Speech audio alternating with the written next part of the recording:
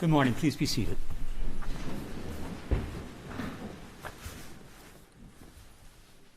Calling Part 59 calendar number 1, Donald Trump, indictment 71543 of 23. Your appearances, please. Good morning. For the people, ADA's Joshua Steinglass, Christopher Conroy, Susan Hoffinger, Becky Mangold, Matthew Colangelo, and Catherine Ellis. Good morning, people. Emil Bovey for President Trump, who's appearing via Teams. He's co-located with my partner, Todd Blanche. All right. Good morning, Ms. Bovey. Good morning, Mr. Blanche. Good morning, Mr. Trump. Good morning. Although Mr. Bovey has already alluded to it, just for the record, I want to make clear that Mr. Blanche is appearing virtually with Mr. Trump, and you're currently in Florida. Is that correct? Yes, that's correct, Your Honor. Okay, and Mr. Trump's other attorney, Mr. Bovey, is with us in the courtroom. Pursuant to this court's decision and order dated January 3rd, 2025, Mr. Trump was given the option of appearing virtually, and subsequently counsel for Mr. Trump informed this court that Mr. Trump had elected to waive personal appearance and appear virtually. The position of sentence in this matter is permitted in New York, and I direct your attention to the matter of People v. Reyes, 72 Miscellaneous 3rd, 1133, 2021. Before turning to the matter of sentencing, I want to confirm that the people and defense counsel have both received copies of the probation report. You have not? Thank All right, let the record reflect that the people are being handed a copy now. Mr. Bovey's being handed a copy. Why don't you take some time and look at it, okay? Thank you.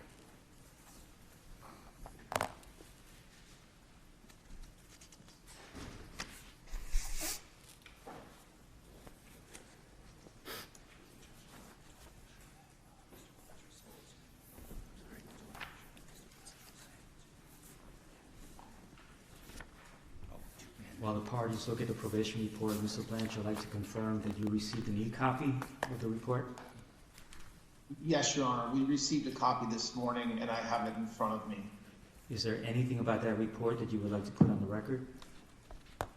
Nothing other than the fact that it was that some of the facts and procedural history, especially involving other cases, are not up to date because of what's happened since the date of the report. But otherwise, given what we expect is happening today, nothing. Okay, thank you.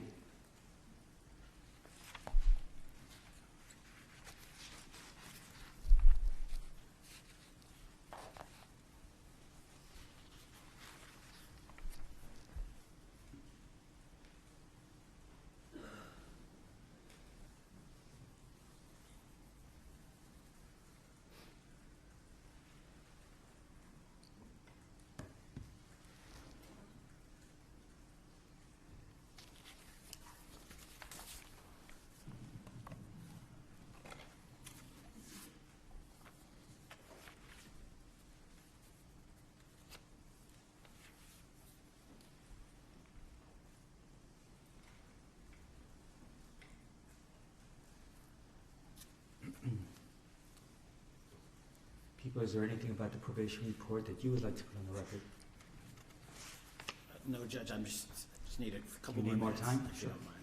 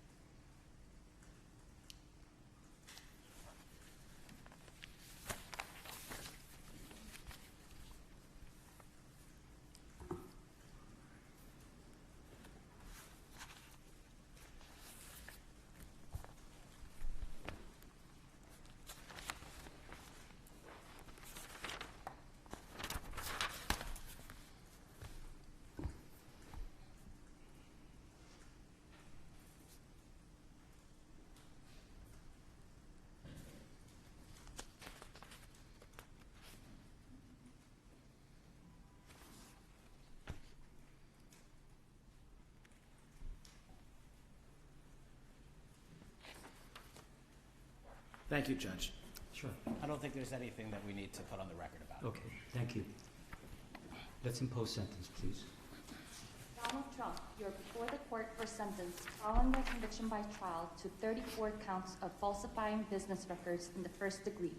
Before being sentenced, the court will allow you, your attorney, and the assistant district attorney an opportunity to address the court with any matters relevant to sentencing. For the people, Thank you. Judge, where's the preferred place for me to stand? Wherever you feel comfortable. Okay. The defendant in this case, as you know, stands convicted of 34 counts of falsifying business records in the first degree, all Class E felonies. Each carries a range of authorized sentencing options for as much as 1 1/3 to 4 years in state prison to a variety of non-incarceratory sentences. In this court's January 3rd decision on the defendant's Clayton motion, Your Honor indicated an inclination to impose an unconditional discharge. Under all the circumstances of this case, its unique posture and the defendant's status as president-elect, the people recommend a sentence of an unconditional discharge. In finding the defendant guilty in this case, the jury necessarily found unanimously that the defendant falsified 34 separate entries in his business records with the intent to defraud, which included an intent to commit or conceal a conspiracy to promote his own election by unlawful means. Having presided over the trial, Your Honor is very familiar with the conduct, its seriousness, and the overwhelming evidence to support the jury's verdict. I'm certainly not going to rehash that now. In last week's decision on January 3rd, this court referred to the gravamen of the defendant's conduct, his criminal conduct in this case, as constituting, quote, premeditated and continuous deception. The verdict was delivered by a jury that was carefully chosen using an extensive questionnaire based on suggestions from both parties and after thorough questioning of the prospective jurors by both sides.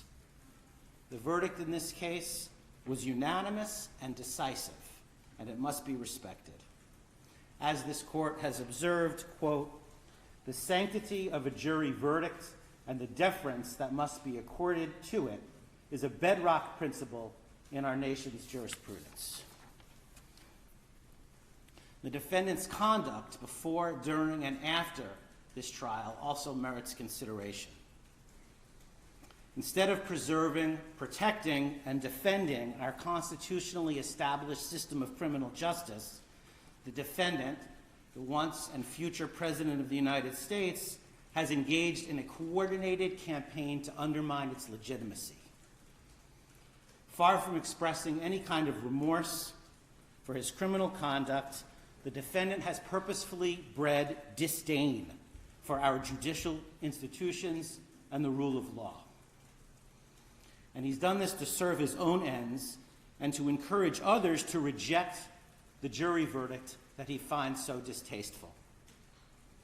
He has characterized these proceedings as corrupt, rigged, a witch hunt, or a sham too many times to tabulate.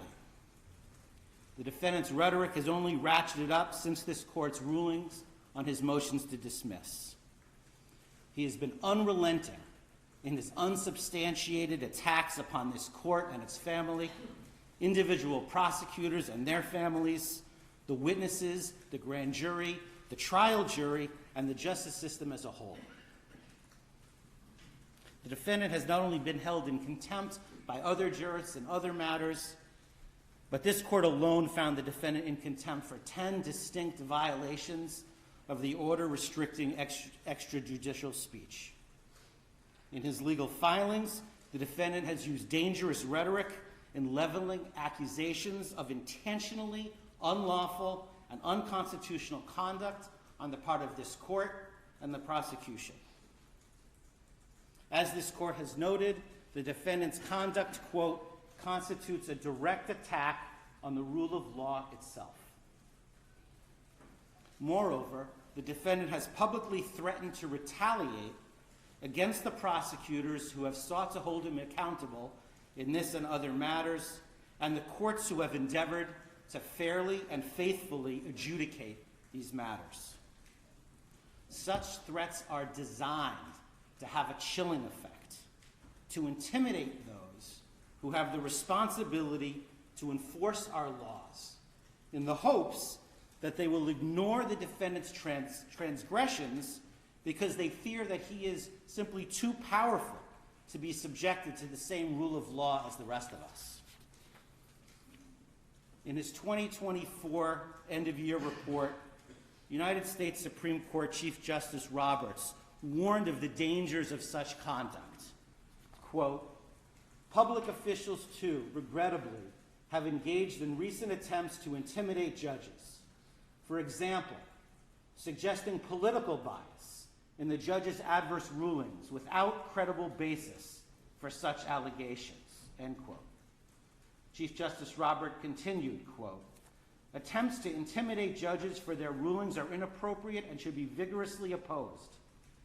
Public officials certainly have a right to criticize the work of the judiciary, but they should be mindful that intemperance in their statements when it comes to judges may prompt dangerous reactions by others." Chief Justice Roberts also spoke of the dangers of disinformation, which are, quote, "magnified by social media, which provides a ready channel to instantly spread rumor and false information." Put simply, this defendant has caused enduring damage to public perception of the criminal justice system and has placed officers of the court in harm's way. In the probation report, which we just received this morning, the author, having interviewed the defendant, noted that the defendant sees himself as above the law and won't accept responsibility for his actions. And that's certainly consistent with everything else that we've seen. Now, in a typical case, both the offense conduct and these other exacerbating factors would impact the appropriate sentence. But in this case, we must be respectful of the office of the presidency and mindful of the fact that the defendant will be inaugurated as president in 10 days. Any undischarged portion of a sentence has the potential to interfere with the defendant's performance of the duties of his office.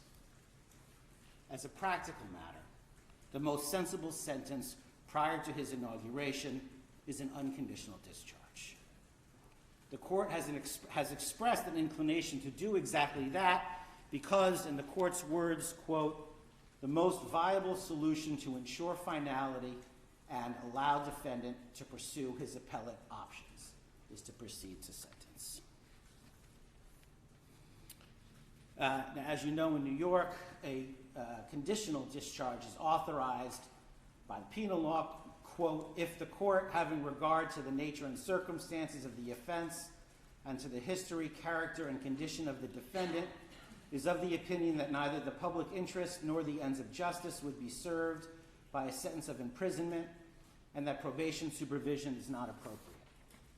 An unconditional discharge is authorized if a conditional discharge is authorized and, quote, "if the court is of the opinion that no proper purpose would be served by imposing any condition upon the defendant's release." Because these crimes are felonies, the court must set forth in the record the reasons for its action.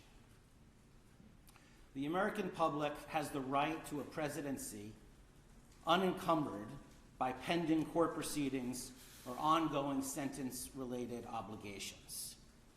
But imposing this sentence ensures that finality. Sentencing the defendant permits this court to enter judgment, to cement the defendant's status as a convicted felon while he pursues whatever appeals he intends to pursue. And it gives full effect and respect to the jury's verdict while preserving the defendant's ability to govern. The people therefore recommend that this court impose a sentence of an unconditional discharge. Thank you. Thank you. Counsel. Thank you, Your Honor. I very, very much disagree with much of what the government just said about this case about the legitimacy of what happened in this courtroom during the trial and about President Trump's conduct fighting this case from before it was indicted, to while it was indicted, through the jury's verdict, and even to this day. What the government just said presupposes something that we disagree with very much, which was that this was an appropriate case to be brought. It was not. This case, without a doubt, knowing everything we know about the timing of the investigation, the fact that multiple prosecutors looked at the fact of this case, including prosecutors within the district attorney's office in New York County, and made a decision not to bring charges. As the court knows, shortly after President Trump announced his intention to run for re-election, this case was started for what amounted to a third time, which brings us ultimately to where we are today. A lot of what the government just said presupposes that this case is legally appropriate and that the charges that were brought by the people were consistent with the laws of New York. Again, we very much disagree with that, and as everybody has been noted, because it's true, we certainly intend on appealing that. And it's not, by the way, just counsel and President Trump that feels that way. There's many, many, many legal experts that share the same views that I just said, which is that legally this case should not have been brought, both based on the facts that were established at trial and also on the legal basis for which they were brought. But it's also not just the legal experts, not just counsel, and not just President Trump, but the majority of the American people also agree that this case should not have been brought.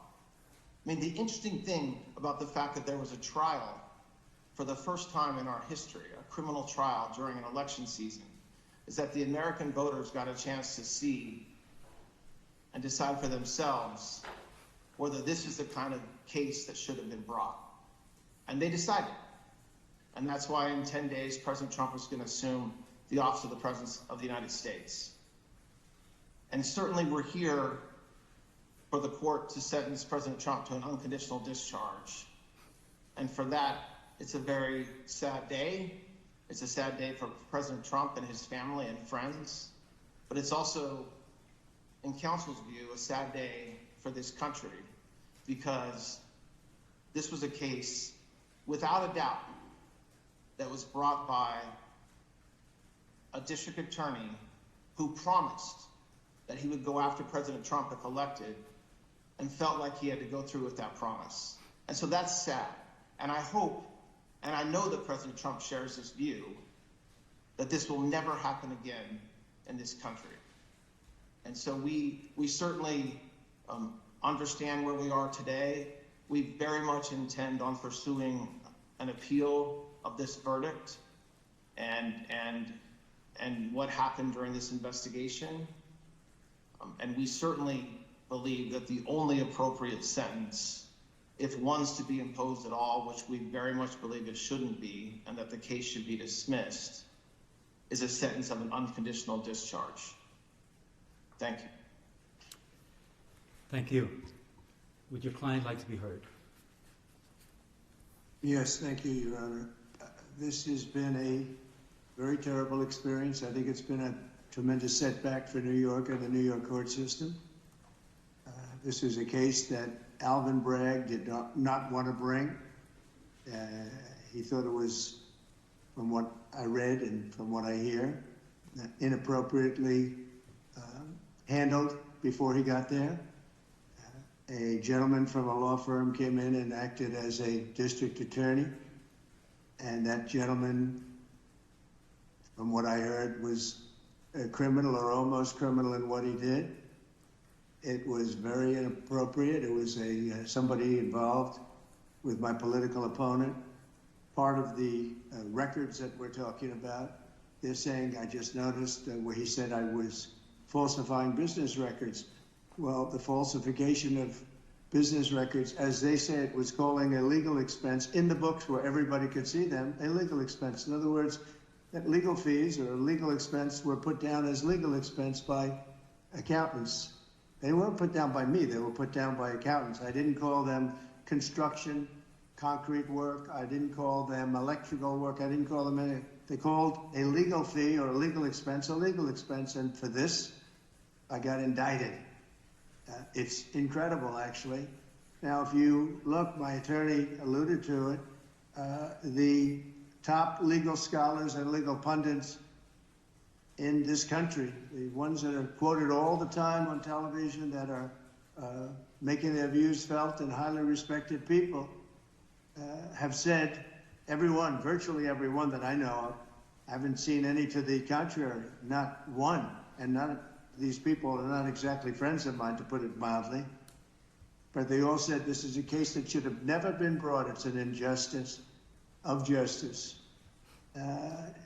Very respected Jonathan Turley, Andy McCarthy, Judge David Rifkin, a wonderful man who just passed away, by the way, Greg Jarrett, Ellie Honig from CNN, of all places. CNN said that. Paul Ingratian, Alan Dershowitz, they all said this is not a case that should be brought. It's not, think about it, legal expenses are down as legal expenses, and I get indicted for business records. Everybody should be so accurate.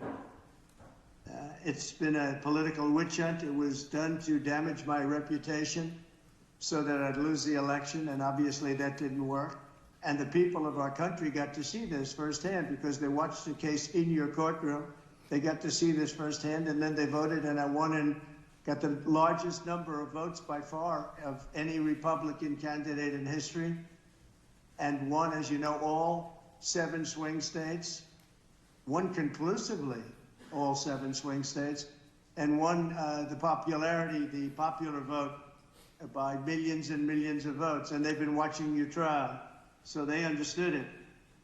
I wasn't allowed to use the lawyer-client privilege or the reliance on counsel. I had a lawyer that made this deal, and he admitted that. And he was also a totally discredited person. We weren't allowed to use the information from the Southern District that totally discredited him. It wasn't allowed to be put in. And that was terrible, unbelievable. And this is a man who's got no standing. He's been disbarred on other matters, unrelated. And he was allowed to talk as though he were George Washington. But he's not George Washington. He shouldn't have been allowed. The Southern District did a book of approximately 28 pages where I've never seen anything like it. They excoriated him. You wouldn't let it be put into evidence. So he was able to testify as a witness, and I think it's a disgrace to the system. I was under a gag order. I'm the first president in history that was under a gag order where I couldn't talk about aspects of the case that are very important. I guess I'm still under, so probably I won't do it now. I assume I'm still under a gag order. But the fact is that I'm totally innocent. I did nothing wrong. They talked about business records, and the business records were extremely accurately counted. I had nothing to do with them. That was done by an accountant or a bookkeeper who I think gave very credible testimony and was corroborated by everybody that was asked. And with all that's happening in our country today, with a city that's burning to the ground, one of our largest, most important cities burning to the ground, with wars that are uncontrollably going on, with all of the problems of inflation and attacks on countries and all of the horrible things that are going on, I got indicted over calling a legal expense a legal expense. It was called a legal expense.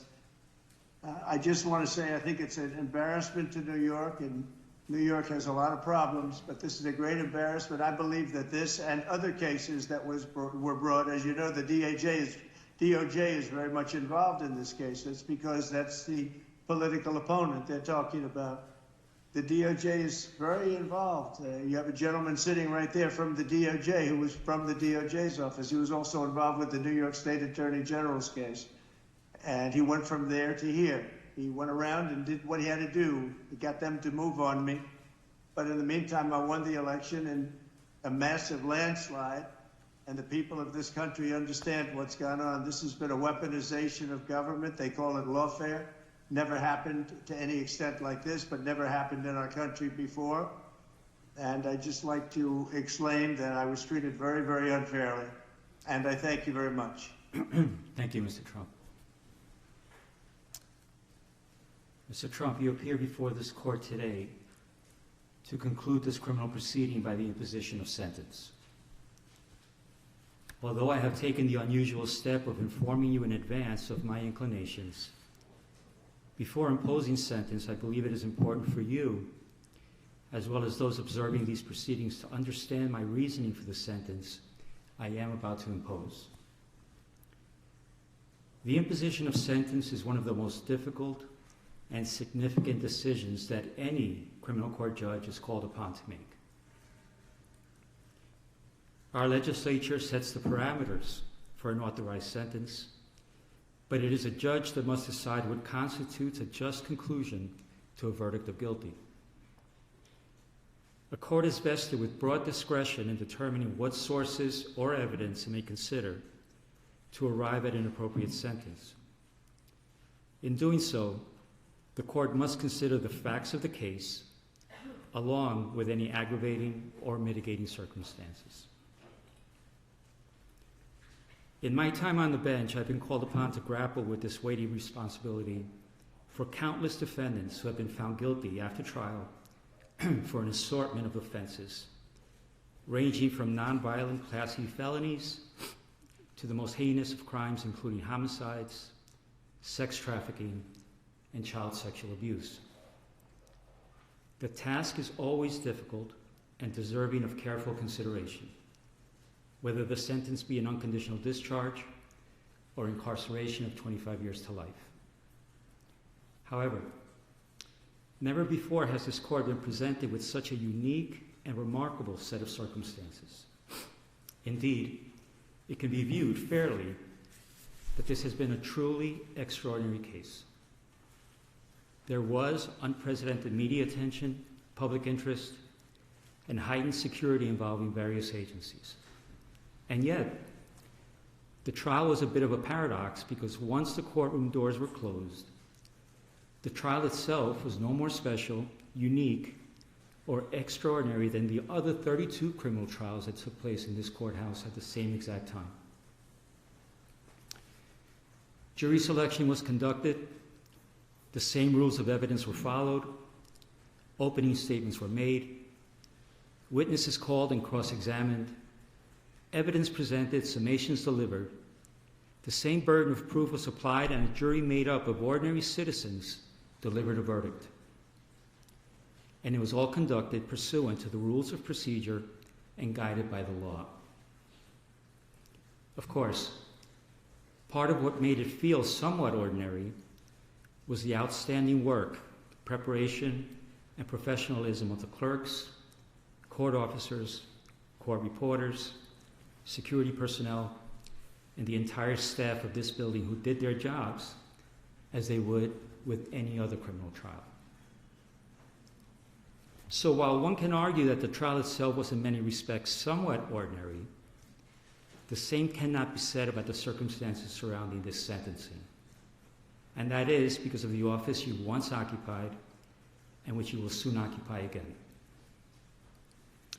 To be sure, it is the legal protections afforded to the office of the President of the United States that are extraordinary, not the occupant of the office.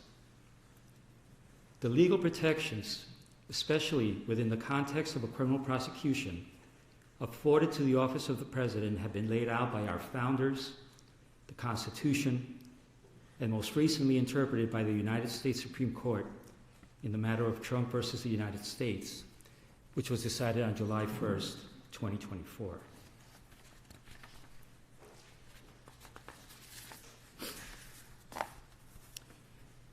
As with every other defendant in your position, it is my obligation to consider any and all aggravating and mitigating factors to inform my decision.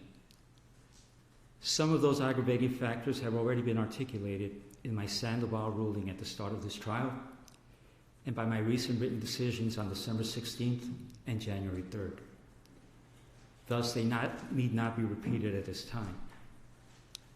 However, the considerable, indeed, extraordinary legal protections afforded by the office of the Chief Executive is a factor that overrides all others. To be clear, the protections afforded the office of the President are not a mitigating factor. They do not reduce the seriousness of the crime or justify its commission in any way. The protections are, however, a legal mandate which, pursuant to the rule of law, this court must respect and follow. However, despite the extraordinary breadth of those protections, one power they do not provide is the power to erase a jury verdict. It is clear from legal precedent, which until July 1st was scarce, that Donald Trump, the ordinary citizen, Donald Trump, the criminal defendant, would not be entitled to such considerable protections. I'm referring to protections that extend well beyond those afforded the average defendant who winds their way through the criminal justice system each day. No, ordinary citizens do not receive those legal protections. It is the office of the President that bestows those far-reaching protections to the office holder. And it was the citizenry of this nation that recently decided that you should once again receive the benefits of those protections, which include, among other things, the Supremacy Clause and presidential immunity. It is through that lens and that reality that this court must determine a lawful sentence. After careful analysis, in obedience to governing mandates, and pursuant to the rule of law, this court has determined that the only lawful sentence that permits entry of a judgment of conviction without encroaching upon the highest office in the land is an unconditional discharge, which the New York State Legislature has determined is a lawful and permissible sentence for the crime of falsifying business records in the first degree. Therefore, at this time, I impose that sentence to cover all 34 counts. Sir, I wish you Godspeed as you assume your second term in office. Thank you.